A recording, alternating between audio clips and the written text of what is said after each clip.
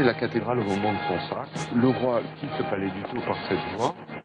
Un roi, justement, voici un, ou plutôt un descendant des rois de France. Tout en étendue, À gauche, Louis de Bourbon, duc d'Anjou, héritier direct de Louis XIV, et de 42 autres rois, depuis Saint-Louis, François Ier, Louis XIII et jusqu'à Louis XVI.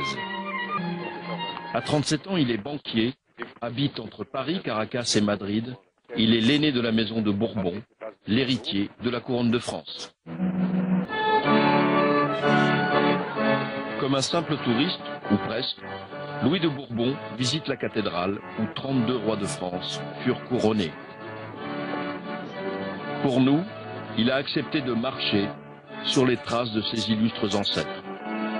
Le matin du sacre, l'archevêque de Reims conduisait le roi jusque devant le maître-autel et lui désignait le siège qui avait été préparé pour lui.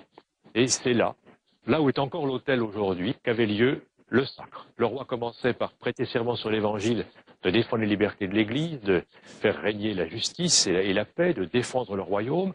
Puis l'archevêque lui conférait les onctions avec l'huile de la Sainte-Ampoule. L'huile sur la tête, sur la poitrine, sur les épaules, sur les bras, investissait son corps. Il lui remettait alors le sceptre, la main de justice, le grand manteau fleur-de-lysée, la couronne.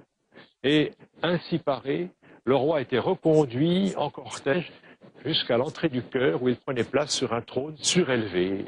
Les pairs de France lui rendaient hommage, les portes s'ouvraient et le peuple venait acclamer son souverain. La dernière vision qu'emportait le roi avant de sortir était celle de cette porte monumentale qui lui rappelait, gravée dans la pierre, tous ses devoirs à venir.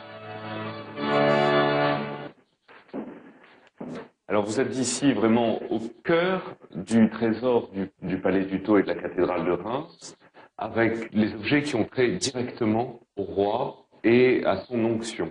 Évidemment, il y a la Sainte-Ampoule qui est conservée dans ce reliquaire. Malheureusement, cette fiole n'est plus celle qui a servi à baptiser Clovis, le fondateur du royaume. En 1793, les révolutionnaires investissent la cathédrale pour détruire la Sainte-Ampoule. En détruisant le symbole, ils pensaient détruire la royauté. Mais le curé de l'époque, prévenu la veille, a juste le temps de transvaser le contenu dans une autre fiole avant que l'original ne soit brisé. En 1905, la légende de la Sainte-Ampoule rebondit lorsque l'État et l'Église du trône ne semblent pas plus convaincus que l'abbé. Ce n'est pas à moi de répondre cela, mais les Français d'y répondre. Est-ce que vous l'espérez, vous? Je suis au service de la France et si les Français le veulent, je serai toujours là. Juste avant de quitter la ville des Sacres, Louis de Bourbon croise une classe de CM1 en visite dans le palais. Quel âge? 9 ans.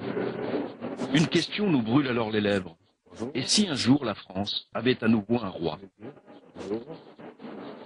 Ça très bien. Moi je préfère la République parce que on est libre. Pourquoi avec les rois, on n'était pas libre? Il y avait les paysans qui étaient... Fallait pas être paysan parce qu'on payait. Au revoir et à très bientôt, j'espère. Au revoir. Au revoir.